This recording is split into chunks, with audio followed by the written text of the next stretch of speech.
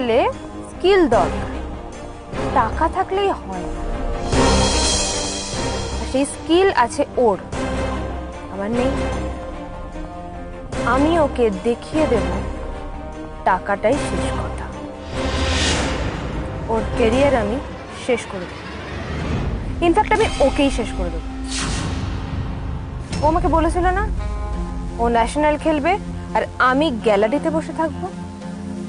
National আমি খেলবো আর ও জেলে থাকবে, হারিয়ে যাবে, জাস্ট ফিনিশ হয়ে যাবে। বাই, আপনি আপনার কাজটা করতে পারবেন কিনা বলুন স্যার। 7 দিনের মধ্যে কিন্তু ন্যাশনাল টিম অ্যানাউন্স হবে, তার মধ্যে যেন আমার নামটা থাকে। নিশ্চয়ই তোমার কাজ হয়ে যাবে। and once again thank you.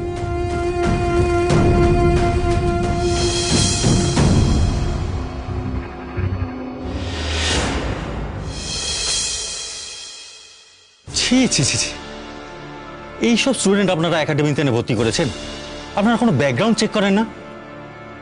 এটা তো খেলোয়াড়ের নামে কলঙ্ক। এর জন্য আমাদের একাডেমির কতটা দুর্নাম হতে পারে আপনি ভেবেছেন? ওদিকে স্টেট অ্যাসোসিয়েশন থেকে ফোন আসছে, আমাদের লাইসেন্স পর্যন্ত ক্যান্সেল হয়ে যেতে পারে। কি করে বুঝবো বলুন তো আমরা? আগে যদি বুঝতাম যে এরকম হবে তাহলে তো ওকে নিতাম না। May I come in, sir? কি ব্যাপার, আপনি আপনি এখানে কি করছেন? আমি ওকে রেখেছি।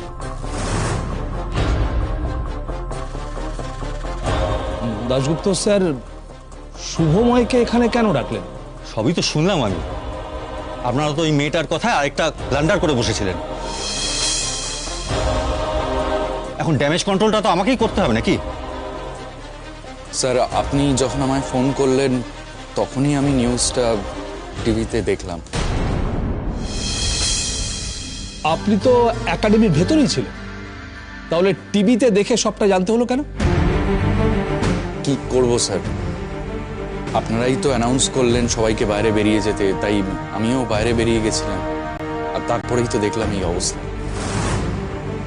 স্যার আপনারা আমাকে এই একাডেমি থেকে বের করে দিয়েছেন ঠিকই, কিন্তু এই একাডেমিটা আমার কাছে এখনো মন্দিরের মতো।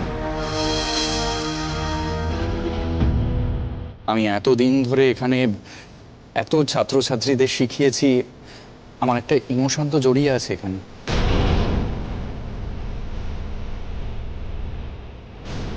দাশগুপ্ত স্যার আমাকে যখন চাকরি থেকে বার করে দেওয়া হলো, আমি কিন্তু বারবার বলেছিলাম এই মেয়েটা একদম সুবিধের নয়, এই মেয়েটা আমাকে সিডিউস করার চেষ্টা করেছে, তখন আপনারা কেউ আমার কথা শোনেননি।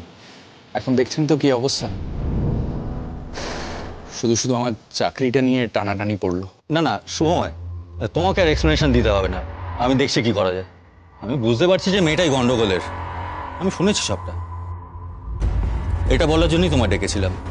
ও হ্যাঁ, তুমি কিন্তু প্রেসের কাছে কিছু আবার বলে টলে ফেলো না, আমি দেখছি কি করা যায়। না না স্যার, আমি আমি আমি কাউকেই কিচ্ছু বলবো না। আমি শুধু এটুকুই চাই স্যার, যে এতদিন আমি যেই কাজটা করে এসেছি আরও কিছুদিন যেন সেই কাজটা মাথা উঁচু করে আমি করে যেতে পারি। এই ছাত্রছাত্রীদের ট্রেনিং দেওয়াটাই আমার কাছে সাধনার মতন, এটাই আমার সব, এটাই যেন আমি করে যেতে পারি, এটুকুই আমার চাওয়া পাওয়া আছে। ঠিক আছে শুভময়, এটা বলতেই তোমায় ডেকেছিলাম, তুমি এসো। ঠিক আছে স্যার, আমি চলে যাচ্ছি। আপনারা ইম্পর্টেন্ট মিটিং করছিলেন, আমি আসি।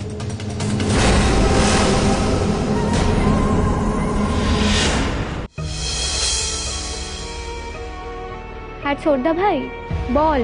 আরে ইন্দুর ব্যাপারে সব শুনলাম, নন্দা বলল। আমি একটা কাজে ফেঁসে আছি, না হলে যেতাম। হ্যাঁ ইন্দুদিকে তো নিয়ে গেছে, এখনো থানায় আছে, আর এখন বোধহয় ওকে ওখানেই থাকতে হবে। কি জানিস তো ছোটদা ভাই, ঠিক বুঝতে পারছি না কি হবে না হবে। আনন্দি, এবার তুমি বুঝবে জেলে রাত কাটানোর কি জ্বালা। নিজের বোনের জ্বালায় এবার তুমি চলে মরবে।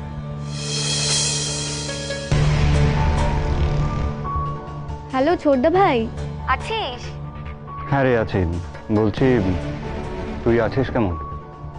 এই সব কিছুর মধ্যে যেমন থাকা যায়।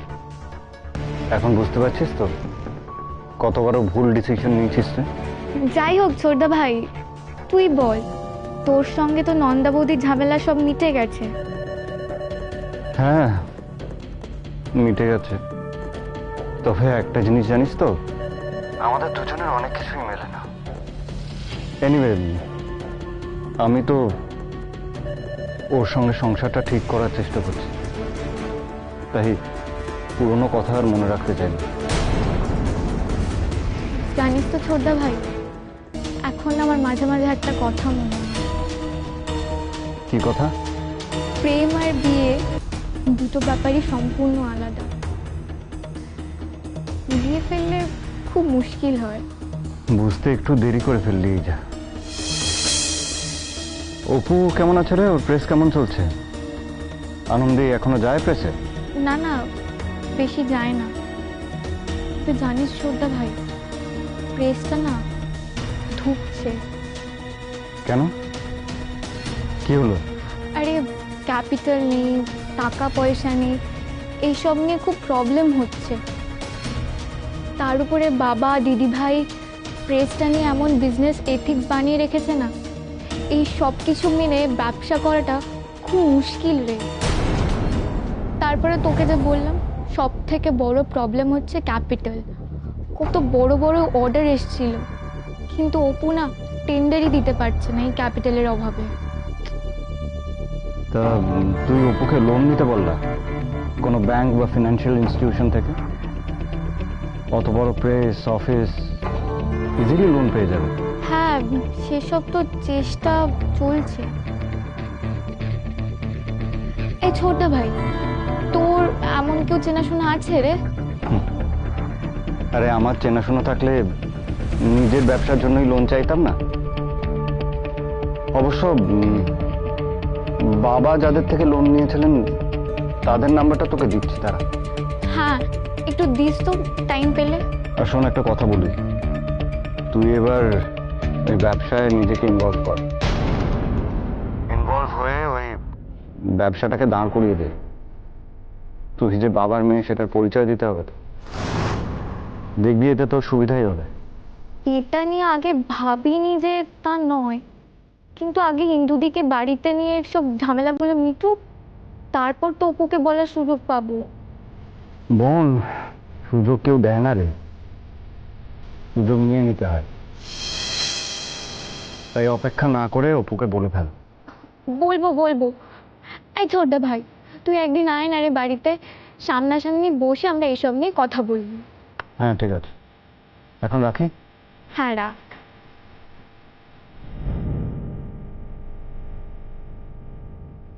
আনন্দি, তোমার সংসারে তো এবার আগুন লাগতে চলেছে। দেখি এবার তুমি কি করে সবটা সামলাও।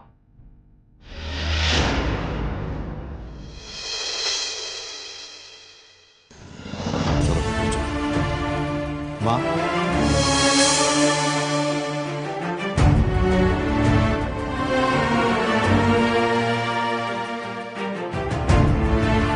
ইন্দু কোথায়? কই আমার ইন্দু কোথায়? কি রে আনন্দি, তুই যে বলেছিলি বোনকে ছাড়া তুই বাড়ি ফিরবি না, আমার ইন্দু কোথায়? চুপ করে আছিস কেন? কথা বল। অনুভব, আমার ইন্দু কোথায়? ওকে আনোনি? ও কোথায়? তোমরা সবাই চুপ করে আছো কেন? ইন্দু কোথায়? ইন্দুকে আনতে পারিনি, আমি পারিনি ইন্দুকে ফিরিয়ে আনতে। আমি তোমাকে দেওয়া কথা রাখতে পারিনি মা, ইন্দুকে ফিরিয়ে আনতে পারিনি। তাহলে আমার ইন্দু কোথায়? পুলিশ কাস্টাডিতে। ওকে ছাড়বে না, আজকেও পুলিশ কাস্টাডিতে আছে। আনন্দি, আনন্দি স্পষ্ট করে বল, ওখানে কি হলো, থানায় কি হলো, আমাদের স্পষ্ট করে বল। কাকুমনি ওকে বলেছে আজকে ওকে সারা রাত থানায় থাকতে হবে, ওকে ছাড়বে না।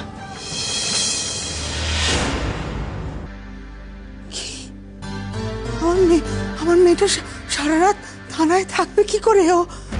তুই ওকে কেন ফিরিয়ে আনলি না আনন্দি? কেন ফিরিয়ে আনলি না? কোনো কথা রাখতে পারিনি আমি মা, তোমার কথা রাখতে পারিনি, বাবাকে দেওয়া কথা রাখতে পারিনি। আমি বাবাকে কথা দিয়েছিলাম তোমাদের উপর আঁচ আসতে দেবো না। আমি সেটাও করতে পারলাম না মা, কিচ্ছু পারলাম না। দিদি কি বলছিস তুই? আমাদের ইন্দু সিরিয়াসলি আজকে সারা রাত থানায় থাকবে? হ্যাঁ নন্দা, নার্কোটিক্স কেসে থানা থেকে বেইল দিতে পারে। কালকে ইন্দুকে কোর্টে প্রডিউস করা হবে, সেখান থেকে তাকে জামিন করাতে হবে। অনুভব দা, কালকে যে জামিন হবে তারই বা কি গ্যারেন্টি আছে? ওকে তো ওখানে রেখেও দিতে পারে। না না, সেই গ্যারান্টি আমি নিচ্ছি। যেমন করে হোক ওর জামিন আমরা করাবো, কিন্তু অনুভব এই মুহূর্তে কিন্তু ফ্যামিলির লোকেদের সামলানোটা অনেক বেশি ইম্পর্টেন্ট। নন্দা, তোমার এখন রেস্ট দরকার, তুমি বাড়ি যাও। আর তোমার কোনো রেগুলার বেসিসে ট্রাঙ্কুলাইজার চলছে কি? না। তাহলে একটা মাইল্ড ডোজ আজকে নিয়ে নিও, তোমার একটা ভালো ঘুমের প্রয়োজন। কি বাড়ি যাবো বলো তো? আর বাড়ি গিয়ে কি করেই বা ঘুমোবো আমি? বাড়ির সবার এই অবস্থা, মায়ের এই অবস্থা, আমাদের ইন্দুটা, আমি বাড়ি গিয়ে শান্তি পাবো না। আমি ঠিক আছে।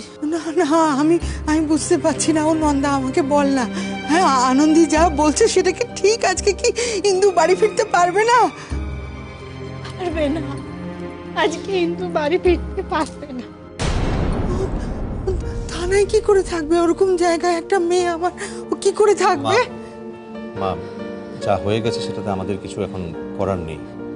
কাল অবধি আমাদের ওয়েট করতে হবে, যাতে কোর্টে গিয়ে আমরা ইন্দু জামিন করাতে পারি। এটাই আমাদের কাছে সবচেয়ে বড় লড়াই এখন। প্লিজ আপনি নিজেকে সামলান, আপনি ভিতরে গিয়ে একটু রেস্ট নিন। কাকিমণি,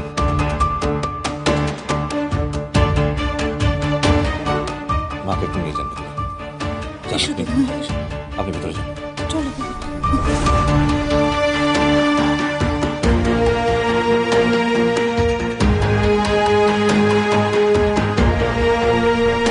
তোমরা তো কখনো আমার কোনো কথা সিরিয়াসলি নাও না। ওই শুভময় লোকটি যখন খারাপ কাজটা করলো ইন্দুদির সঙ্গে, তখন আমি তোমাদেরকে পই পই করে বলেছিলাম ইন্দুদির খেলাটা তোমরা বন্ধ করো, ওই একাডেমিতে যেতে দিও না। কিন্তু তোমরা তো কেউ আমার কোনো কথা শুনলে না। এখন কি অবস্থা হলো?